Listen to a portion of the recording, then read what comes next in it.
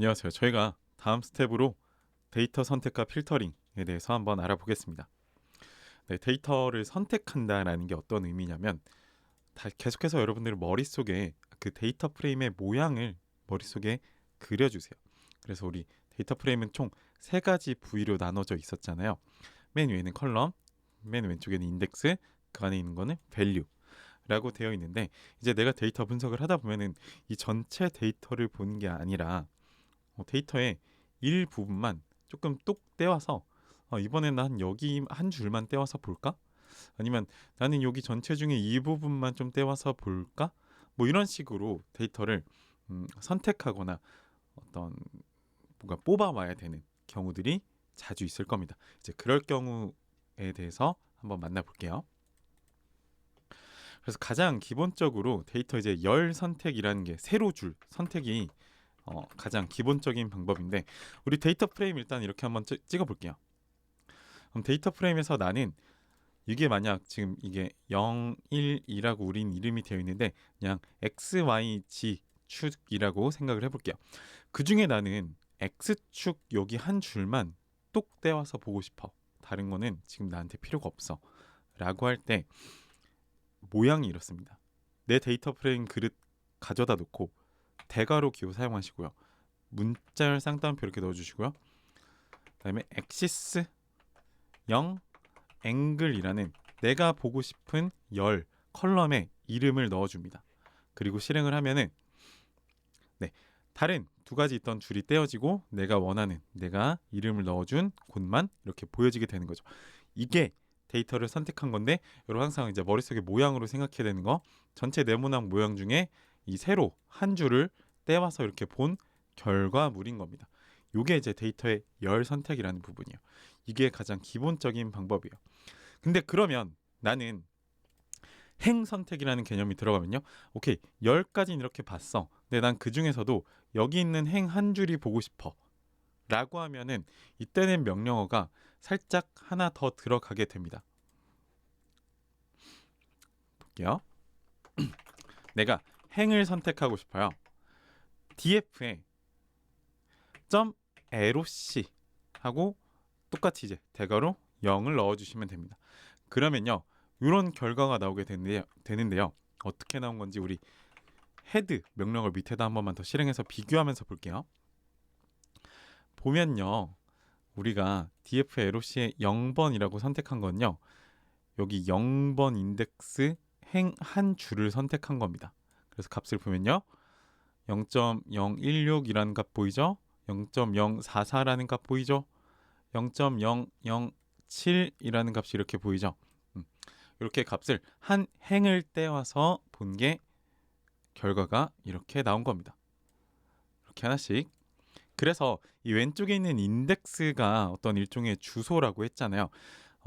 행을 선택할 때는요, 여기 왼쪽에 있는 이 요 한 줄에 주소값을 이용해서 쟤를 조금 더 특정해서 찾아가 줘야 된다라는 느낌으로 생각을 해주시면 좋을 것 같아요. 그러면 열을 선택하는 방법을 봤고 행을 선택하는 방법을 봤는데, 행과 열을 조합해서 더 원하는 세부 데이터를 선택할 수도 있습니다. 그래서 데이터 프레임에 로케이션을 쓰는데 앞에는 이제 2번이라고 쓰고요. 뒤에는 엑시스 1 앵글 이렇게 한번 작성해 볼게요. 그러면 값이 하나가 나오게 됩니다. 여러분 이제 이거 읽어 볼게요. 하나씩.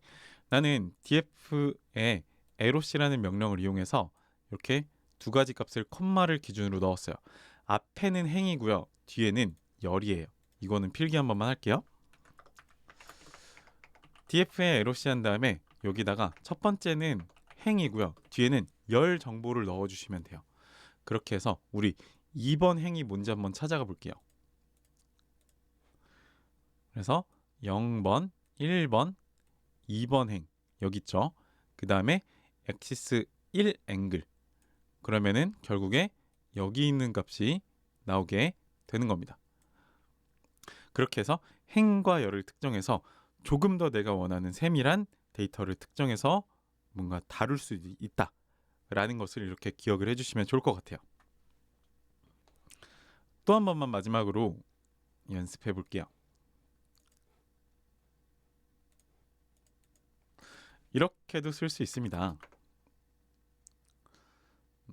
여러 행과 열을 선택하는 경우들도 많이 있는데 df의 LOC에 이렇게 해볼게요. 이번에는 0부터 2까지 콤마 그 다음에 리스트 데이터 타입 하나 감싸 주시고요. 0 앵글과 엑시스 2 앵글 이렇게 한 번만 써볼게요. 이렇게 해서 결과를 봤을 때 나온 결과가 어떤지 원본과 비교를 한번 해서 볼게요. 여기 있는 거 0부터 2까지 그래서 0부터 2까지 이렇게 선택을 한 겁니다. 그래서 비교해 볼게요. 0부터 2까지만 0.016이라는 값이 시작됐고 0.02라는 마이너스 0.0이라는 값이 끝나고 있죠. 여기까지 동일하죠. 그 다음에 위에 있는 이제 컬럼은 0번 축과 2번 축 컬럼만 보여줘 라고 해서 그 부분만 내 전체 데이터 프레임에서 일부분만 똑 이렇게 떼와서 가지고 오게 된 겁니다. 이런 식의 작업이 가능하다라는 거예요. 이런 식의 작업이. 그래서 요거 한번 눈여겨서 봐주세요. 또 하나 이것도 그냥 지금은 알아만 두세요. 눈에만 담아두세요. 우리가 df 한 다음에 LOC를 사용했잖아요. iLOC라는 명령어도 똑같이 있습니다. 얘는 0땡땡3 0땡2라고 이렇게 써볼게요. 실행. 그럼 이 아이도 똑같이 결과가 나오는데요. iLOC는 뭐냐면요. 요 앞에 있는 i를 뭐 인덱스 또는 인티저라고 이렇게 대입해서 생각을 하시면 돼요. 숫자, 값을 이용해서 어떤 위치 값을 특정한다 라고 기억을 하시면 됩니다. 그래서 0번부터 3번 데이터 이렇게 선택을 하는 거고요.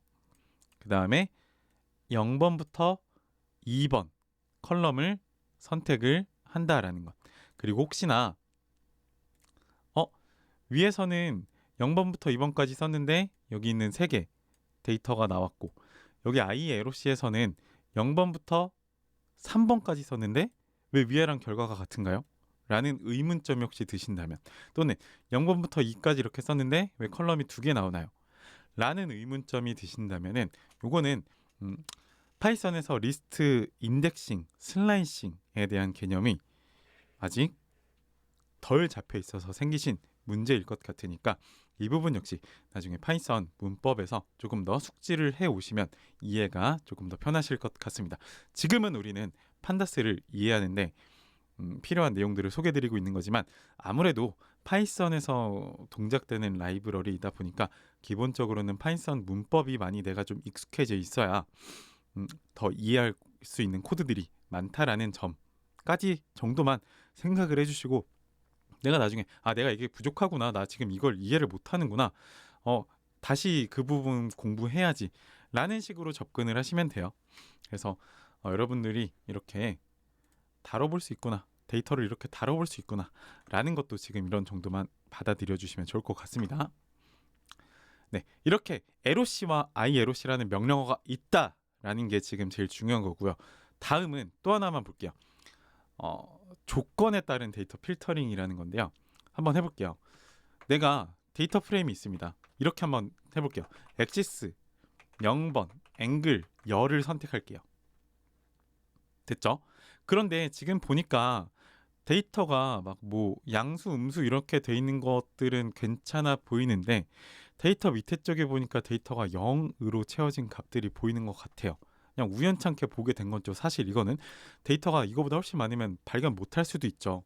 근데 지금 우연찮게 발견을 했으니까 그럴 때 조건을 걸어볼게요. 근데 저 열에서 값이 예를 들어 5보다 작은 것들이라고 한번 좀 0을 걷어두고 떼놓고 생각을 해볼게요.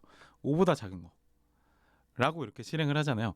그러면은 값이 true, false가 남게 됩니다. true, false가 남게 되는데 여기서 또 하나 해줘야 되는 거 뭐냐면 이제 이거가 컨디션이라는 이름에 담아줄게요.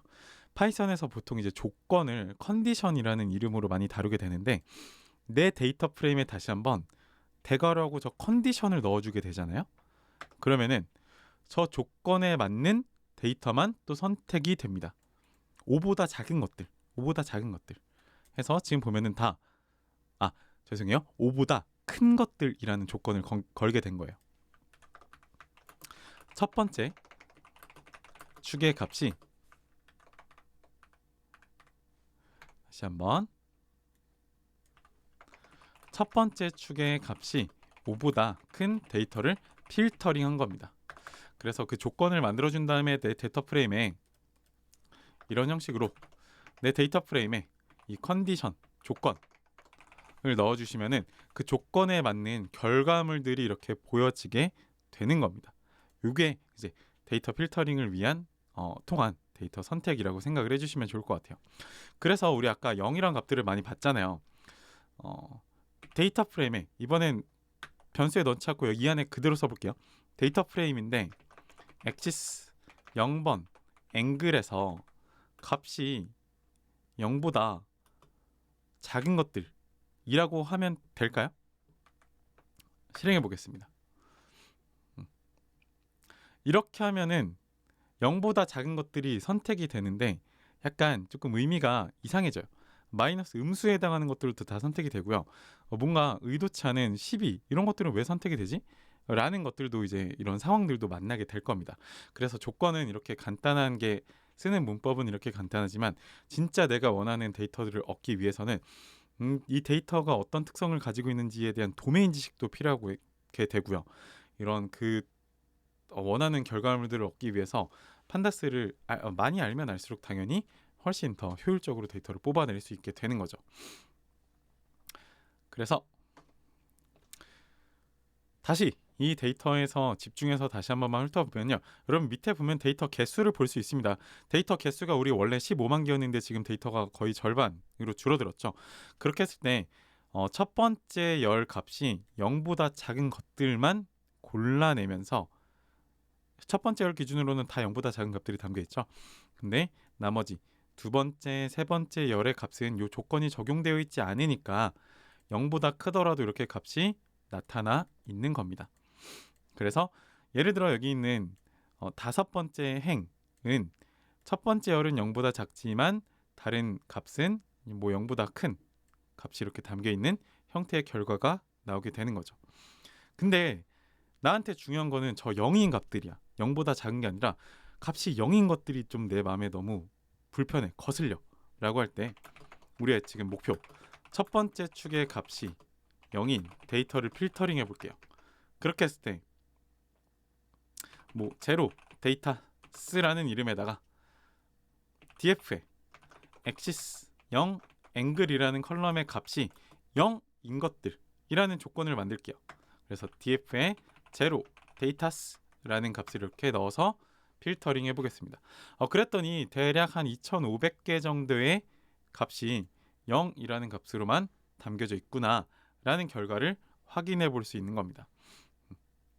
그래서 이거는 추후에 저 값들이 왜 저렇게 담겼을까, 저 값들을 어떻게 대체하고 대처해야 될까 라는 전략을 세울 수 있게 되는 겁니다.